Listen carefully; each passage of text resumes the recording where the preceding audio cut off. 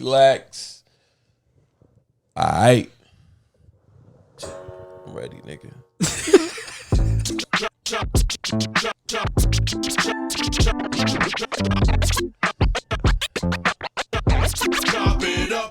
Yes.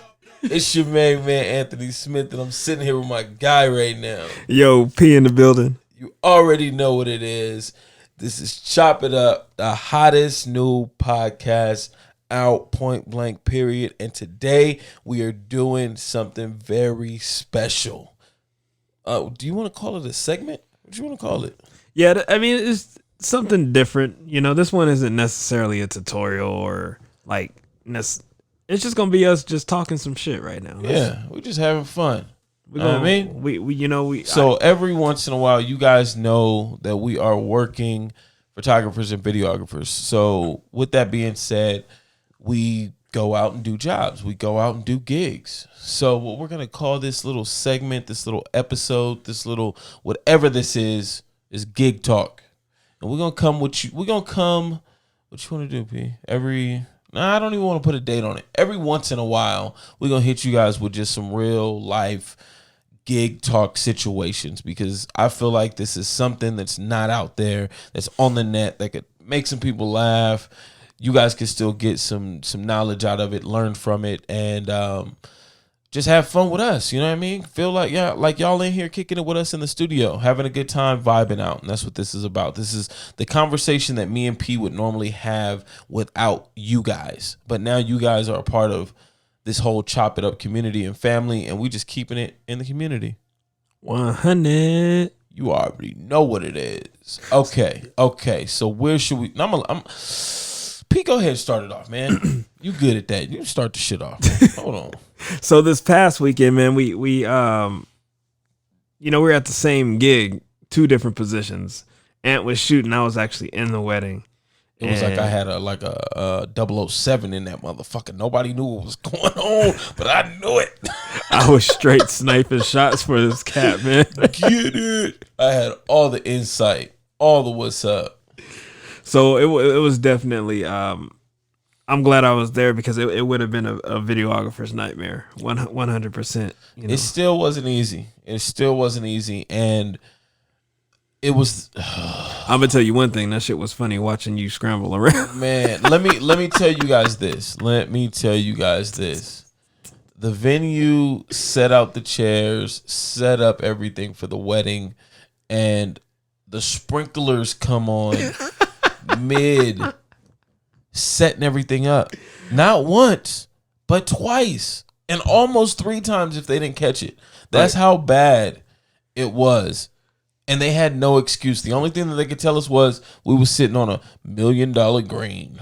Right, because it was a super nice like golf course. So they were telling us on like they had all these rules and regulation, and then don't walk on the grass. It was go time, and then they was trying to wet our asses up, man. I'm telling you, we were walking. Hey, the chairs were set up, and the sprinklers came on, like tore all them chairs up. And then we're like, okay, whatever. They're just gonna stay over by the chairs, So we're about to start taking the pictures of the groomsmen and stuff. The motherfuckers come on over by us. So we running. Everybody's taking off running from the wire. Oh my goodness! Speaker got all wet. Microphone was all wet. So that's what kind of gig this was. And it was very unfortunate because the place was super nice. Super nice, man. And the bride is a lifelong friend of myself and P's. So it was just kind of like, normally when some stuff like that happens, you just kind of step back because you're working the event. You know what I mean? But we were low key getting mad. Like, what is y'all doing? I was high key getting mad because there was so much going on. It was just crazy. Like from the standpoint, like we had, like we normally would, you would base off and kind of have a schedule. And I had to, he kind of had the inside man with me. So I'm over here trying to keep everybody organized based off of the timeline, because I already know how weddings get. if you get behind in one thing, it's a shit show from the rest. Like everything, it's just a straight domino effect. So I'm like, all right, we're gonna do this, we're gonna do that. Man, we get into the venue, they not set up. They asking us to like, can you grab these tables and chairs and can you take this glass and stack all this? I'm like, what the hell? That's not what we're supposed to be doing. Okay, you know? So I'm gonna bring it all the way back. Somehow I get lost. This dude could not find a venue. Not lost like outside of the venue. The venue was so big. I was lost for 45 minutes inside of this place. This dude sent me his location. He was a whole mile away from us on the back side of the property. And the worst thing about it was nobody knew anything employee wise. I stop into the reception area. I speak to them. They tell me to go one direction. I get to where they tell me to go. There's a guy there who's at the gate. He tells me, no, I went the wrong way. I need to go this way. Then I see a random guy on a lawnmower. I stop him. He tells me, no, I'm in the whole wrong area. Leave from where I'm at. Go over to a whole nother place. So now I just feel like I'm driving in circles. Meanwhile, amongst talking to these people, I'm talking to P, and he's trying to guide me the best way that he can, but he's like hearing the frustration in my voice, and I'm like, listen, I'm pulling over, I'm parking, I'm gonna send you this location right here. You come get me, because I don't waste a quarter tank of gas riding around in this $1 billion venue. That was guts. Mad funny. I think from it was definitely a challenge, man, because the sun. The time of the wedding was just the time not of day, and the sun location did not match. It was at 4 o'clock, and that sun was like, it was like a super disadvantage because sunset was at like 6:15 or something, but there was this big ass mountain. Yes. So like you only had so amount of time before, like even though Google Maps or Google Weather app or whatever the hell the weather app said what time sunset was, there's this big ass mountain, and it like that sunset changed the trajectory. Get it out, player. Trajectory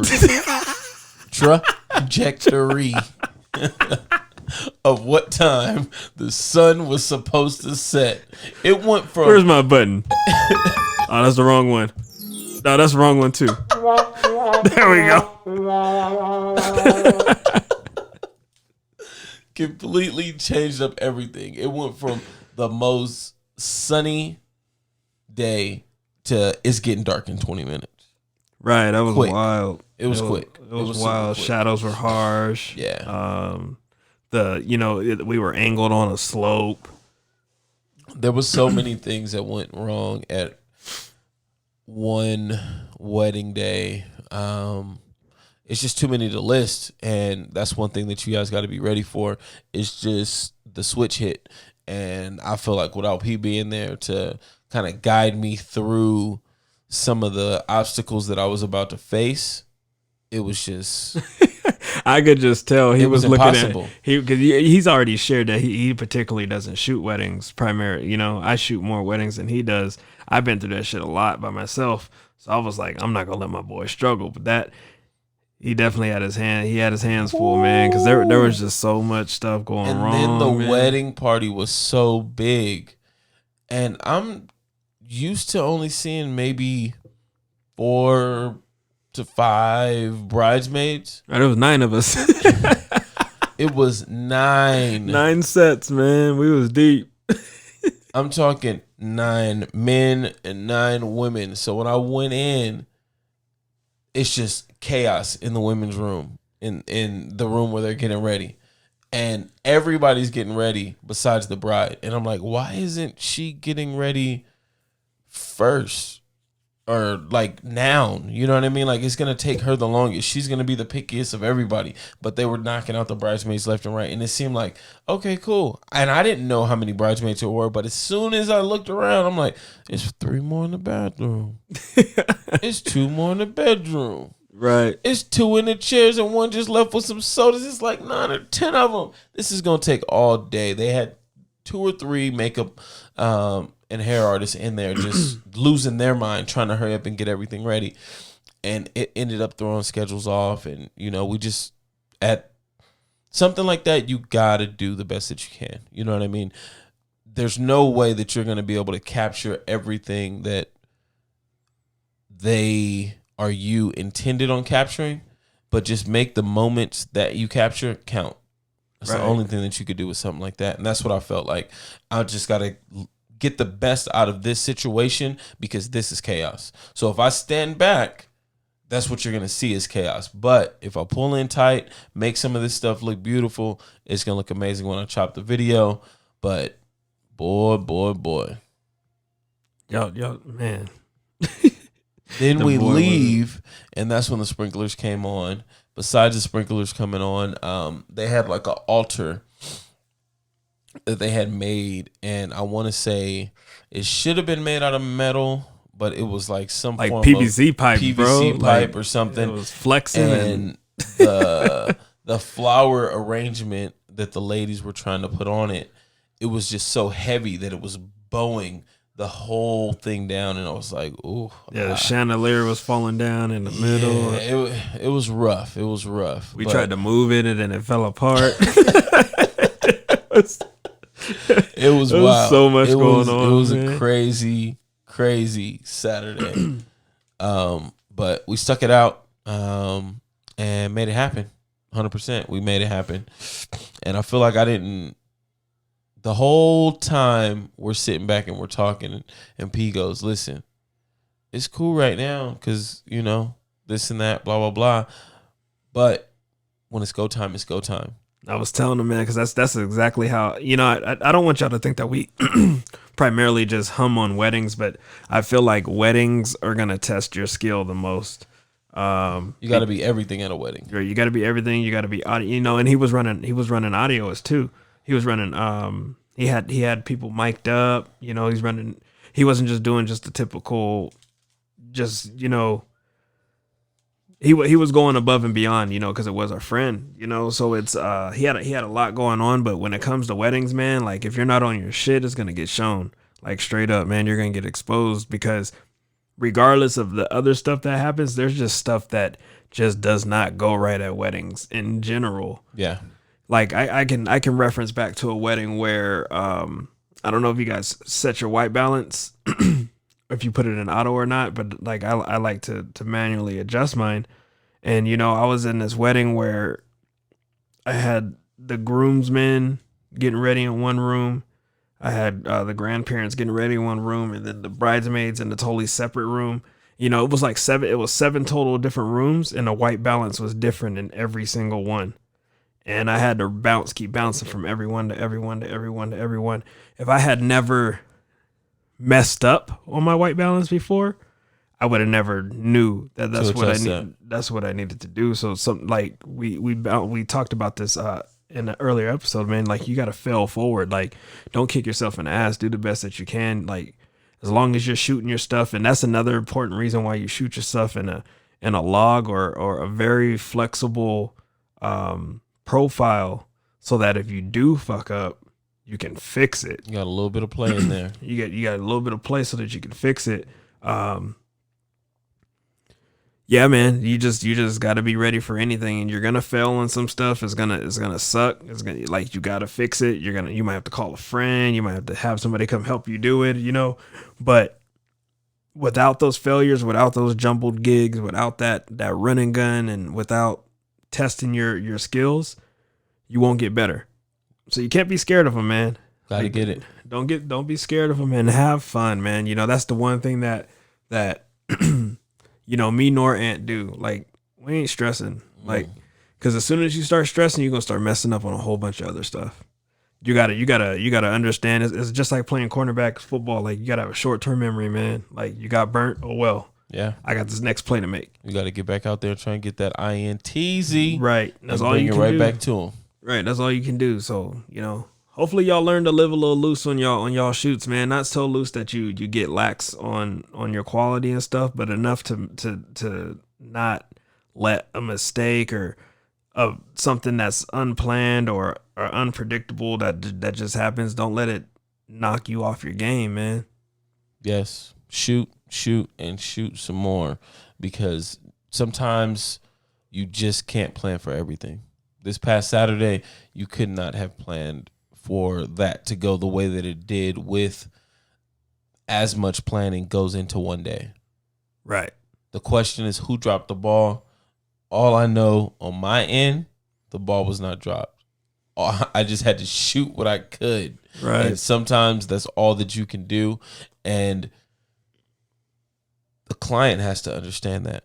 You know what I mean? Like, when it comes all the way down to it, all of this at the end of it is going to be based off of your footage that you were able to capture due to everything running somewhat on schedule and being somewhat uniformed, especially at a wedding, because all it takes is something to get knocked off, something to do this, and especially when it's a one-man band. One person can only do so much. You know what I mean? If there's 3 or 4 videographers, that's 3 or 4 different cameras that are rolling. That's 3 or 4 different people that could be in 3 or 4 different rooms capturing different things all at the same time. But when there's only one person, you have to acknowledge the fact that you're only going to be able to do so much. So you stressing yourself out is not going to help the situation. Drink you a bottle of water, get back in there, and make every shot count, period. Yeah, man. That's all we got for this one. Man, gig talk. Hey, we'll see you guys for the next one. I'm your man, Anthony Smith. Yo, P in the building. And you already know what it is.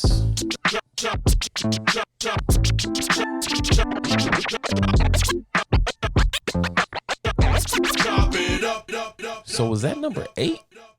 Oh, shit, it was, huh? E.